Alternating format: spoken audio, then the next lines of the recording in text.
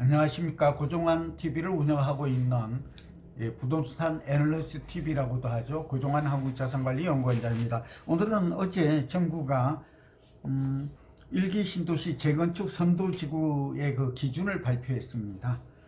여기에 따른 앞으로의 부동산의 영향, 그러니까 언제쯤 본격화될 것인가, 또 어느 지역이 선도지구로 지정될 것인가, 기준 같은 게 발표가 됐죠. 그리고 부동산 시장이 미치는 전반적인 영향, 그리고 무엇보다도 가장 중요한 게 우리는 어떻게 대응해야 할까, 이런 것들에 대해서 하나씩 따져보도록 하겠습니다. 말씀드린 대로 정부가 어제 1기 신도시 재건축 선도지구 기준을 발표를 했습니다.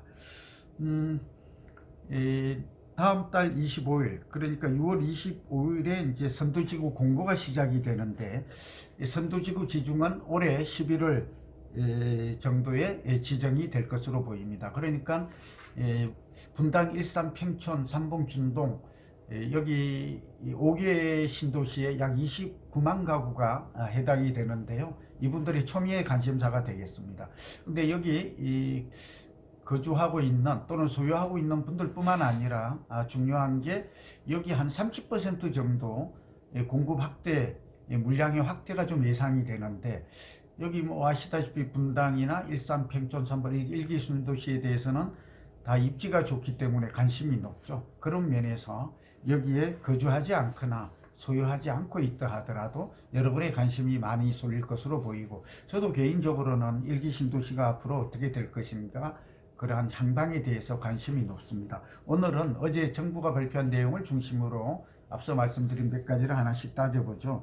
우선 선도지구 기준이 중요할 거예요. 왜냐하면 여기 소유하고 있는 조합원들 입장에서는 모두가 먼저 되기를 바라는 마음이 한결같거든요.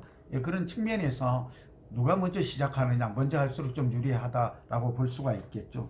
그 기준을 보니까 지금 정부가 발표한 내용은 5가지가 되는데요. 첫 번째는 주민 동의율이 배점이 60점입니다. 그러니까 주민 동의율이 80%가 되면 재건축이 시작할 수 있다라고 이제 발표를 했는데 60점으로 가장 높아요. 가구당, 그러니까 80%가 넘는 게 좋겠죠. 가구당 주차 대수 등 정주 환경 개선 시급성인데, 그러니까 주차장이 지금 협소한 곳, 불편한 곳, 이게 10점입니다. 그리고 통합 정비 참여 주택 단지수, 그러니까 통합 정비 사업이죠. 이게 통합 재건축이라고 이해하면 됩니다. 이게 10점입니다. 그러니까 우리 단지만 하겠다는 게 아니라 다른 단지와 통합해서 하겠다, 그러면 이 점수를 높게 주겠다, 이런 뜻이 되겠습니다. 그 다음에 참여 세대 수도 중요한데 이게 10점이고요.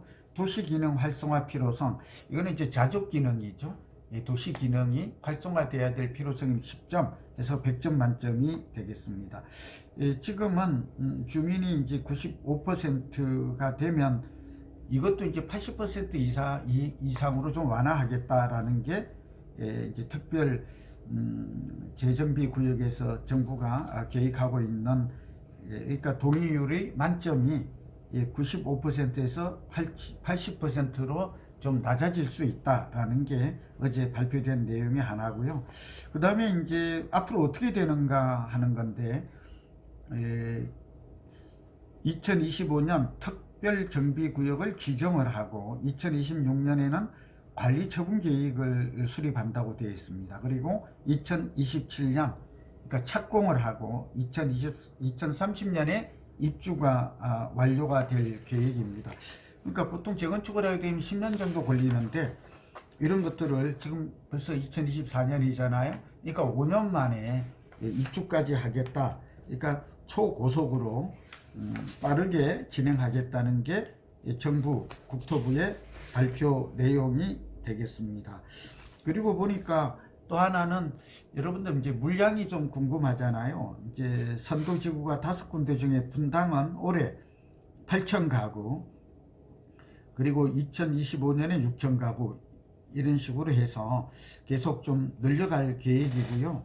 그 다음에 이제 일산 같은 데는 6,000 가구거든요. 그래서 이번에 선도지구로 되는 게 총 2만 9천 가구 정도가 나올 것으로 그렇게 예상이 됩니다. 그러니까 26,000 가구가 될 것으로 보입니다. 상당히 많은 물량이 나온다라는 것이고 계속해서 이런 것들이 진행이 된다는 점에서 시장의 관심이 높아질 것으로 보입니다. 그 다음에 이제 세 번째 중요한 게 여러분들 어느 지역이 선도지구로 지정될까, 어떤 아파트가 좀 빠르게 될까, 아까 기준을 말씀드렸죠. 근데 이제 선도지구로 지금 거론되고 있는 지역들을 좀 살펴보면 아무래도 관심도는 분당과 일산, 평촌 같아요. 더 정확하게 투자가치 측면에서는 분당과 평촌, 일산 이런 순서가 되지 않을까 봐요. 일산에 계신 분이 좀 섭섭할 수 있는데 아무래도 일산은 고향 창녕 신도시도 있고 부동산 시장이 그 중심 시장의 위치로 보면 수도권 남부가 더 유리하기 때문이죠. 그런 얘기는 앞서 계속했기 때문에 오늘은 생략하겠습니다. 서현 시범단지, 한신, 한양, 우성현대, 까치 1, 2 단지, 또 하얀 주공 단지 이런 단지들이 좀 빠르게 될 것으로 그렇게 예상이 됩니다.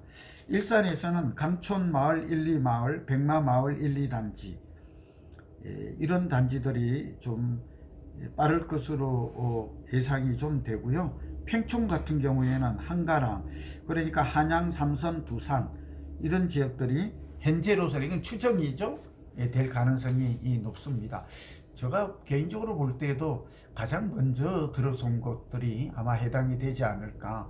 또 그런 주민들이 아무래도 많이 낡았기 때문에 재건축에 대한 동의나 욕구가 좀 많지 않을까. 저는 개인적으로 그렇게 생각을 합니다. 그리고 이제 마지막으로 부동산 시장에 미치는 영향력과 우리는 어떻게 해야 할까 하는 것인데 여기서 가장 지금 문제가 되는 게 이주 대책이에요. 정부가 이번에 이주 대책은 좀 미뤘어요. 이제 11월에 나오는 기본 계획에서 좀 확정이 될 거다 했는데 제가 파악하기로는 세입자들이 거의 절반 이상이 넘거든요. 이제 집주인도 살고 있지만 이런 분들이 앞으로 어디로 가야 할까, 이런 이주 대책이 없이 지금 당장 26,000 가구, 전체적으로는 약 29만 가구가 이주를 하게 되는데 이 굉장히 큰 시장의 파급 효과가 있죠. 첫 번째는 아무래도 이주가 시작이 되면 주변에 분당이겠죠. 뭐 판교 마찬가지겠습니다만 전세 대란이, 이주 대란, 전세 대란이 일어날 가능성이 높아요. 제가 볼 때는 집주인도 빠르게 되는 게 좋지만 세입자들에게 이주 대책이 꼭 먼저 선행되어야 한다는 걸 다시 한번 강조를 하고요. 또 세입자들도 나름 각자 도생이라고, 정부가 세입자들을 어느 정권이든지 우리 무주택 세입자를 위한 대책을 내놓은 정부가 없어요. 이 말은 그 말이 중심이 아니라 지금 정부도 그렇고 과거 정부도 그렇고 기대할 게 없어요. 좀 아쉽지만 우리 스스로 이 전세 대란, 그러니까 전세금이 올라갈 수 있겠다, 이주 시점에서 그런 거에 대한 대비를 미리 해야 된다 하는 말씀을 꼭 강조해서 드립니다. 정부도 조금 집주인뿐만 아니라 이 세입자에 대한 대책은 필수라는 점을 또 좀 강조를 하고 싶고요. 그래서 이주가 일어나게 되면 이 주변에 지금 5군데 주변에 전세 대란이 가뜩이나 지금 공급이 30% 이상, 그러니까 인허가 물량, 착공 물량, 분양 물량, 입주 물량이 줄어들게 되잖아요. 수없이 강조했어요. 이전에 다시 한번 보세요. 그렇게 된 데다가 이 주변은 특히 전세 대란 가능성이 커졌다 하는 점은 분명합니다. 그러니까 세입자들의 각별한 이게 주의라고 해도 될 말도 아니고 이제 뭔가 지금 계획을 세워야 돼요. 그리고 이제 두 번째는 집값도 올라요. 그러니까 주변에 집값이 오를 가능성이 굉장히 높은 거죠. 그러니까 분당을 예를 들면 분당 주변에 가면 어디로 갈까요? 뻔하잖아요, 그렇죠?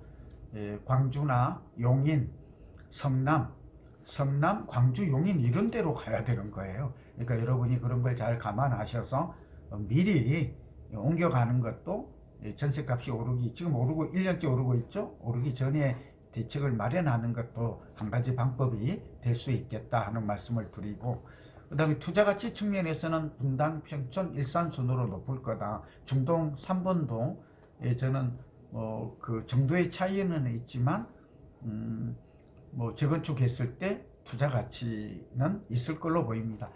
고금리와 공사비 때문에 뭐 공사가 제대로 진행이 안 될 거다라는 지적도 있는데, 공사비는 우크라이나 전쟁이 끝나고 나면 뭐 끝이 나겠죠. 전쟁이 뭐 주구장창 영원히 가리란 법은 없잖아요. 아무래도 러시아 대선도 끝이 났고 우크라이나 대선이 끝나고 미국 대선이 끝나면 뭐 제가 들은 바로는 우크라이나 전쟁도 이제 올해 연말쯤이면 끝날 거라고 이런 얘기가 있습니다. 그리고 우리나라와 중국 간의 한한령, 이것 때문에 우리가 지금 공사비가 시멘트, 철강 이런 게 오른 것인데, 뭐 이것도 지금 정부가 잘 뭐 해야 된다고 봅니다. 예, 그런 측면에서 저는 투자 가치는 다 높다, 그러나 정도의 차이는 있다.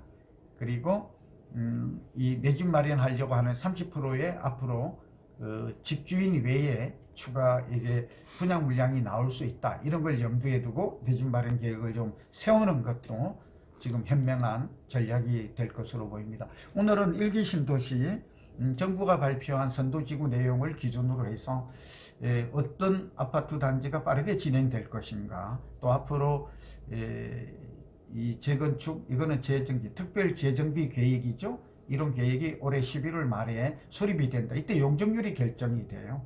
그렇기 때문에 이때야 비로소 올 11월이 되면 이제 어느 정도 윤곽이, 용적률이 어떻게 되고 또 어떤 재건축이 좀 빠르게 어떤 단지가 되고 이런 것들이 다시 나올 것으로 보입니다. 그럼 그때 가서 제가 다시 또 여러분과 얘기를 하고, 또 무엇보다도 세입자들은 나름 그 어느 지역에 당장 집을 살 수가 없는 입장이어서 내 집 마련도 중요하지만 다시 또 이주해야 될 이런 정부가 신경을 이런 걸 해주면 좋은데 그렇지 못할 것입니다. 그러니까 각자 이 방송을 들으시는 여러분들은 좀 미리 준비하는 자세가 안전하다는 말씀을 드립니다. 오늘 경청해 주셔서 고맙습니다. 감사합니다.